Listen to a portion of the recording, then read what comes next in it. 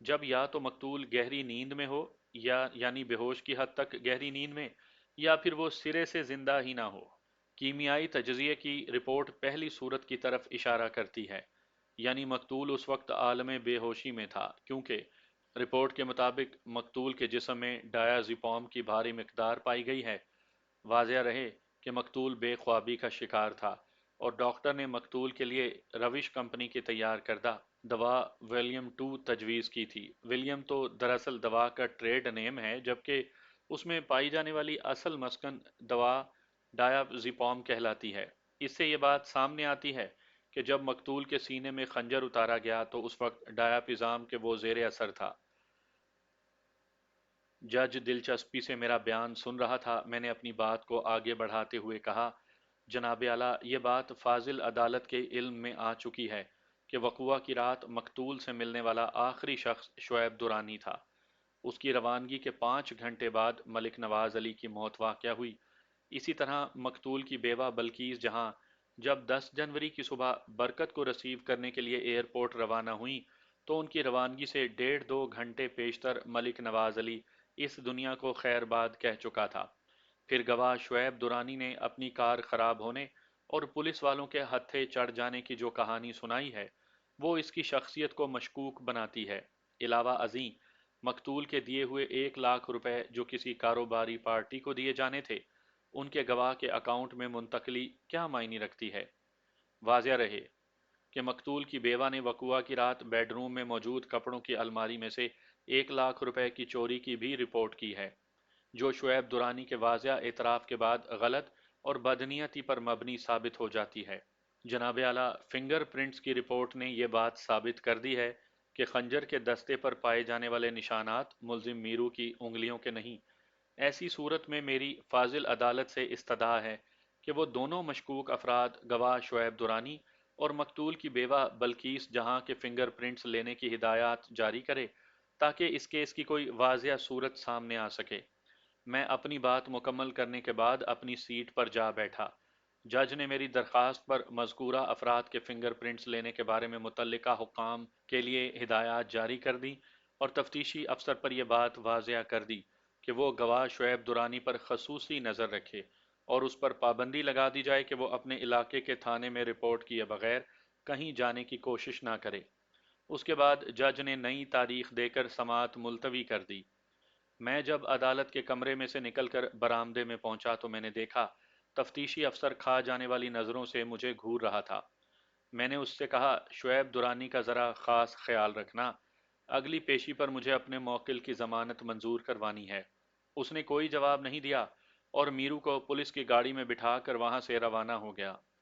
آئندہ پیشی پر عدالت نے میرو کو ضمانت پر رہا کر دیا۔ برکت نے میرو کی شخصی ضمانت دی تھی، جسے عدالت نے منظور کر لیا تھا۔ فنگر پرنٹس کی رپورٹ نے قاتل کو بے نقاب کر دیا تھا۔ خنجر کے دستے پر پائے جانے والے انگلیوں کے نشانات شعیب درانی کی انگلیوں کے نشانات سے میچ کر گئے تھے۔ عدالت نے پولیس کو حکم دیا تھا کہ وہ شعیب درانی کو گرفتار کر کے نیا چالان پیش کرے، پھر حوالات کی مخصوص فضا میں پہنچ کر شعیب درانی ریکارڈ کی طرح بجنے لگا۔ پولیس والے تو پتھروں کو بولنے پر مجبور کر دیتے ہیں۔ شعیب درانی کس کھیت کی مولی تھا؟ چند گھنٹوں کی پھینٹی نے اسے زبان کھولنے پر مجبور کر دیا تھا۔ بلقیس جہاں نے حیرت انگیز طور پر طوطا چشمی کا مظاہرہ کیا تھا اور شعیب سے ملنے تک نہیں آئی تھی۔ ایک ہی رات میں پولیس نے شعیب درانی سے اقبال جرم کروا لیا تھا۔ اس نے پولیس کو جو بیان دیا اس کا خلاصہ کچھ یوں تھا: بلقیس جہاں اور شعیب درانی میں دیرینہ آشنائی تھی۔ ملک نواز علی کے آفس میں ملازمت دلوانے میں شعیب نے بلقیس جہاں سے بہت تعاون کیا تھا۔ ملک نواز علی خوبصورت عورتوں کا رسیا تھا، مگر ابھی تک اس نے بلقیس جہاں کی طرف کوئی خاص پیش رفت نہیں کی تھی۔ پھر ملک صاحب کو اپنی ایک پروڈکٹ کے لیے ماڈلنگ کی ضرورت پیش آ گئی اور اس نے ایک فیشن شو کا پروگرام بنایا۔ تمام انتظامات مکمل تھے، مگر عین وقت پر پتہ چلا کہ ایک ماڈل کا ایکسیڈنٹ ہو گیا تھا۔ اب فوری طور پر کسی دوسری ماڈل کا انتظام کرنا بہت مشکل تھا، کیونکہ اگلے روز فیشن شو کا پروگرام تھا، جو کہ ایک مقامی 4 اسٹار ہوٹل میں ہونا طے پایا تھا۔ ملک نواز علی کی پریشانی کا حل مینیجر شعیب درانی نے پیش کر دیا۔ شعیب درانی نے تجویز پیش کی کہ کیوں نہ بلقیس جہاں کو اس ماڈل کی جگہ پیش کیا جائے۔ ملک نواز نے جب اس تجویز پر غور کیا تو بات اس کی سمجھ میں آ گئی۔ بلقیس جہاں کو ماڈلنگ کے لیے تیار کرنا شعیب درانی کے بائیں ہاتھ کا کھیل تھا۔ پھر فیشن میں بلقیس جہاں نے وہ قیامت ڈھائی کہ ملک نواز علی کے ہوش اڑ گئے۔ اس نوعیت کا ہوش ربا حسن اس نے اپنی پوری زندگی میں نہیں دیکھا تھا۔ وہ کئی دنوں سے بلقیس جہاں کو اپنی غیر نصابی سرگرمیوں کا حصہ بنانے کے بارے میں سوچ رہا تھا۔ فیشن شو کے اختتام پذیر ہونے سے پہلے پہلے اس کی سوچ میں انقلابی تبدیلی پیدا ہو چکی تھی۔ بلقیس جہاں کا بے مثال حسن نواز علی کے دل کی دنیا کو تہو بالا کر چکا تھا اور وہ اسے دل کی ملکہ بنانے کا فیصلہ کر چکا تھا۔ پھر بلقیس کو مسز نواز علی بننے میں دیر نہ لگی۔ شعیب درانی اپنے منصوبے کی کامیابی پر بہت خوش تھا۔ 6 ماہ تک سب کچھ ٹھیک ٹھاک چلتا رہا۔ بلقیس جہاں شعیب کے اشاروں پر ناچتی رہی۔ یہ دونوں کا مشترکہ منصوبہ تھا۔ وہ دونوں ایک دوسرے کو چاہتے تھے، مگر ان کی چاہت میں پوشیدہ لالچ کوئی سمجھ نہیں سکتا تھا۔ وہ منفی سوچ کے مالک مجرمانہ ذہن رکھنے والے انسان تھے۔ بلقیس جہاں کا جادو سر چڑھ کر بول رہا تھا۔ ملک نواز علی کی حیثیت اس کے ہاتھوں میں ایک کھلونے سے زیادہ کچھ نہیں تھی۔ اس دانا و بینا شخص کی عقل پر غارت گر ہوش بلقیس جہاں نے پردے ڈال دیے تھے۔ وہ جو حسین عورتوں کو ایک خوبصورت کھلونے سے زیادہ اہمیت نہیں دیتا تھا، اب بلقیس جہاں کی انگلی پکڑ کر چلنے کا محتاج تھا۔ بلقیس جہاں کی لمحہ با لمحہ رپورٹ شعیب درانی کے لیے باعث اطمینان تھی۔ پھر بلقیس جہاں نے اپنی پالیسی میں کچھ تبدیلی کی اور اب وہ نہایت اہم باتیں شعیب درانی سے چھپانے لگی تھی۔ اسی دوران بلقیس جہاں نے ملک نواز علی کو اس طرح شیشے میں اتارا کہ وہ اپنا سب کچھ اس کے نام کرنے کو تیار ہو گیا۔ ملک نواز علی نے اپنے وکیل سے مشورہ کیا۔ فیروز چغتائی نے اسے اس حماقت سے باز رہنے کی ہدایت کی اور یہ بھی یاد دلایا کہ اس کا ایک جوان بیٹا بھی ہے جو اس کی دولت و جائیداد پر پورا حق رکھتا ہے۔ ملک نواز علی یہ چاہتا تھا کہ وہ وکیل سے ایسی وصیت لکھوائے کہ اس کی موت کے بعد سب کچھ اس کی بیوی بلقیس جہاں کو مل جائے۔ وکیل نے اس کی معلومات میں اضافہ کرتے ہوئے بتایا کہ اس نوعیت کی وصیت کو کوئی قانونی حیثیت حاصل نہیں ہوتی۔ آپ اپنی زندگی میں اگر چاہیں تو اپنا سب کچھ کسی بھی شخص کو دے سکتے ہیں۔ اسے قانونی زبان میں ہبہ کرنا کہتے ہیں۔ اس کے لیے باقاعدہ ہبہ نامہ تحریر کیا جاتا ہے، لیکن وصیت میں آپ کسی شخص کو اپنی کل دولت و جائیداد کے 1/3 حصے سے زیادہ نہیں دے سکتے۔ فیروز چغتائی کی بات ملک نواز علی کی سمجھ میں آ گئی اور اس نے کچھ اس انداز میں وصیت نامہ لکھوایا کہ اس کی موت کے بعد اس کی کل دولت و جائیداد کو 3 برابر حصوں میں تقسیم کر کے بلقیس جہاں، برکت اور کینسر ریسرچ آرگنائزیشن کے حوالے کر دیا جائے۔ بلقیس جہاں کو یہ ساری باتیں معلوم تھیں، مگر اس نے شعیب درانی کو اس کی ہوا بھی نہ لگنے دی اور ہر بار اسے ابھی انتظار کرو کا کہہ کر ٹال دیتی۔ مجھے بہت سی باتیں وکیل فیروز چغتائی نے بتائی تھیں۔ اسی سے مجھے یہ بھی معلوم ہوا تھا کہ کسی نجومی نے ملک نواز علی کو خراب حالات کی پیش گوئی کر کے پریشان کر دیا تھا اور اپنی موت سے چند روز قبل ملک نواز علی نے خواہش ظاہر کی تھی کہ وہ اپنی وصیت کو تبدیل کر کے نیا وصیت نامہ تحریر کروانا چاہتا ہے۔ اسی سلسلے میں اس نے برکت کو بھی امریکہ سے بلوایا تھا۔ فیروز چغتائی نے مجھے ایک چونکا دینے والی بات یہ بتائی تھی کہ ملک نواز علی اپنی بیوی بلقیس جہاں کے کردار سے مشکوک ہو گیا تھا اور اس نے بلقیس جہاں کو طلاق دینے کا فیصلہ کر لیا تھا۔ یہ بات ملک نواز علی نے فیروز چغتائی کی اپنی موت سے 4 روز پہلے بتائی تھی۔ ٹیلی فون پر گفتگو کرتے ہوئے وہ بہت پریشان تھا اور بڑے جذباتی انداز میں بول رہا تھا۔ وہ فیروز چغتائی سے اتنی اہم بات اس لیے بھی کہہ گیا کہ ان کے درمیان تعلقات کی نوعیت دوستانہ تھی۔ بلقیس جہاں ہر وقت اپنے میاں کی ٹو میں لگی رہتی۔ اس روز اس نے ملک نواز علی اور وکیل کے درمیان ہونے والی گفتگو کا آخری حصہ چھپ کر سن لیا تھا۔ طلاق والی بات سن کر اس کے آنکھوں تلے اندھیرا چھا گیا۔ اس کی ساری محنت پر پانی پھرنے والا تھا۔ اگر ملک نواز علی اسے طلاق دے دیتا تو اس کا منصوبہ خاک میں مل جاتا۔ وہ وصیت نامے کے مندرجات سے بخوبی آگاہ تھی۔ اگر ملک نواز کی اچانک موت واقع ہو جاتی تو وہ اس کے کل اثاثوں کے 1/3 کی حقدار ٹھہرتی۔ بصورت دیگر وہ خالی ہاتھ وہاں سے نکال دی جاتی۔ حق مہر کی رقم اتنی معمولی تھی کہ وہ اس سے آگے کچھ سوچنا بھی نہیں چاہتی تھی۔ اس کا پارا 7ویں آسمان کو چھونے لگا تو اس نے دل میں تہیہ کر لیا کہ ملک نواز کو جلد از جلد اس دنیا سے رخصت ہونا چاہیے۔ حالات بھی پوری طرح اس کے حق میں سازگار تھے۔ پھر 8 جنوری کو ایک ایسا واقعہ پیش آیا کہ اس کا کام مزید آسان ہو گیا۔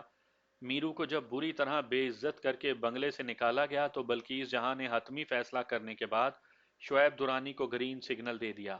شعیب درانی نے قتل جیسے جرم کا کبھی تصور بھی نہیں کیا تھا، مگر جب بلقیس جہاں نے صورتحال کی وضاحت کی اور اسے یقین دلایا کہ سارا الزام میرو پر آئے گا، تو وہ اس کا ساتھ دینے کے لیے تیار ہو گیا۔ میرو کا خنجر ابھی تک بلقیس جہاں کے پاس ہی تھا، اس نے اس خطرناک ہتھیار کو ضائع نہیں کیا تھا۔ میرو کی صورت میں اسے ایک پتلی گردن میسر آ گئی تھی، اس لیے وہ اپنے منصوبے کی کامیابی کے لیے پر امید تھی۔ میرو ایک بار چوری کے الزام میں تھانے بھی جا چکا تھا، اس لیے 1 لاکھ روپے کی چوری کا ڈرامہ بھی رچایا گیا تاکہ میرو کسی بھی طرح پھانسی کے پھندے سے بچنے نہ پائے۔ انہوں نے کوئی کسر اٹھا نہیں رکھی تھی، مگر اوپر والا بے نیاز ہے، جسے وہ رکھے اسے کون چکھے۔ میرو خوش قسمت تھا کہ بچ گیا، ورنہ آئے دن بہت سے بے گناہوں کو بھی پھانسی چڑھا دیا جاتا ہے۔ وقوعہ کی روز شعیب درانی بظاہر بنگلے سے رخصت ہو گیا تھا، مگر منصوبے کے مطابق وہ دوبارہ کچھ ہی دیر کے بعد بنگلے میں موجود تھا۔ ملک نواز علی کی اس رات طبیعت خاصی خراب تھی۔ جب 3 بجے تک کسی بھی طرح نیند نہ آئی تو اس نے اپنی بیوی سے نیند کی گولی مانگی، حالانکہ وہ 1 گھنٹہ پیشتر ہی ولیم 2 کی گولی کھا چکا تھا۔ بلقیس جہاں نے اسے 5 گنا زیادہ طاقت والی ولیم 10 کی ایک اور گولی پانی کے ساتھ کھلا دی، جس کا اس نے پہلے ہی انتظام کر رکھا تھا۔ ملک نواز علی کو غفلت کی نیند سلانے کے لیے یہ ایک کارآمد طریقہ تھا، کیونکہ ولیم 2 اور ولیم 10 کی گولیاں دیکھنے میں ایک ہی جیسی نظر آتی ہیں، اور اس وقت تو ملک نواز علی کو اتنا ہوش ہی کہاں تھا کہ وہ گولی کو غور سے دیکھنے کی کوشش بھی کرتا، اور اگر بالفرض وہ نارمل بھی ہوتا تو گولی پوٹینسی چیک کرنے کی طرف اس کا دھیان نہیں جا سکتا تھا۔ گولی معدے میں پہنچنے کے تھوڑی دیر کے بعد ہی وہ دنیا و مافیا سے بے خبر ہو چکا تھا۔ اسی بے خبری کی کیفیت میں قریب قریب 4:15 بجے شعیب درانی نے اپنی رفیقہ کار کے ایما پر میرو کا خنجر ملک نواز علی کے سینے میں اتار دیا، پھر وہ وہاں سے چلا گیا۔ جاتے ہوئے بلقیس جہاں نے 1 لاکھ روپے کے کرنسی نوٹ بھی اس کے حوالے کر دیے۔ پڑوسی چوکیدار تصدق حسین نے جس شخص کو چادر کی بکل مارے پر اسرار انداز میں ملک صاحب کے پچھواڑے سے گزرتے دیکھا تھا، وہ یقینی طور پر شعیب درانی ہی تھا، جس کی کار وہاں سے کچھ فاصلے پر ایک محفوظ جگہ کھڑی تھی۔ شعیب درانی کے جانے کے بعد بلقیس جہاں نے خوابگاہ کی حالت ایسی بنا دی جیسے کوئی وہاں چوری کی نیت سے آیا ہو۔ اسی اٹھا پٹک کے دوران میں ملک نواز کی ایک ایسی ڈائری اس کے ہاتھ لگ گئی جس میں اس نے آج کی تاریخ میں برکت کی پاکستان آمد کے بارے میں تحریر کر رکھا تھا۔ فلائٹ کا نمبر اور وقت بھی لکھا ہوا تھا۔ بلقیس جہاں کے منصوبہ ساز ذہن نے فوری طور پر ایئرپورٹ جانے کا فیصلہ کر لیا۔ وہ یہ ثابت کرنا چاہتی تھی کہ ملک صاحب کی خرابی طبیعت کی وجہ سے وہ خود برکت کو لینے آئی تھی۔ اس طرح اس کی جائے واردات سے غیر موجودگی بھی ثابت ہو جاتی اور اس کی طرف کسی کا دھیان نہیں جاتا۔ اس کے علم میں یہ بات نہیں تھی کہ ملک نواز علی نے برکت کو کیا ہدایت کر رکھی ہے۔ بہرحال وہ ایئرپورٹ پہنچ گئی، پھر فلائٹ کی تاخیر اس کے لیے اور بھی مددگار ثابت ہوئی، مگر برکت نے عدالت میں جو بیان دیا تھا اس نے میرے لیے حقیقت کی راہ کھول دی تھی۔ اگلی پیشی پر عدالت نے میرو کو باعزت طور پر بری کر دیا۔ پولیس نے نیا چالان پیش کر دیا تھا۔ جج نے شعیب درانی اور بلقیس جہاں پر فرد جرم عائد کر کے انہیں جیل بھیج دیا۔ اس وقت عدالت کے کمرے میں موجود افراد میں سے 2 کی حالت دیدنی تھی۔ دونوں کی آنکھوں سے آنسو روا تھے۔ رسولن بی بی کی بھیگی ہوئی آنکھوں میں ایک چمک نمایاں طور پر دیکھی جا سکتی تھی۔ یہ خوشی کے آنسو تھے، اس کے جگر گوشے کو خدا نے نئی زندگی عطا کی تھی۔ دوسری جانب میرو یک ٹک بلقیس جہاں کو دیکھے جا رہا تھا، اس کے لیے وقت جیسے تھم کر رہ گیا تھا۔ اس کی نمناک آنکھوں میں اداسی کی دھند نے ڈیرا جما رکھا تھا، اس کے آنسو کوئی اور ہی کہانی سنا رہے تھے۔ یوں لگ رہا تھا جیسے وہ اپنا سب کچھ ہار کر جا رہا ہو۔ یہ آنسو بڑے بے زبان ہوتے ہیں، کچھ پتہ نہیں چلتا خون جگر کس کے لیے آنکھوں سے بہہ گیا۔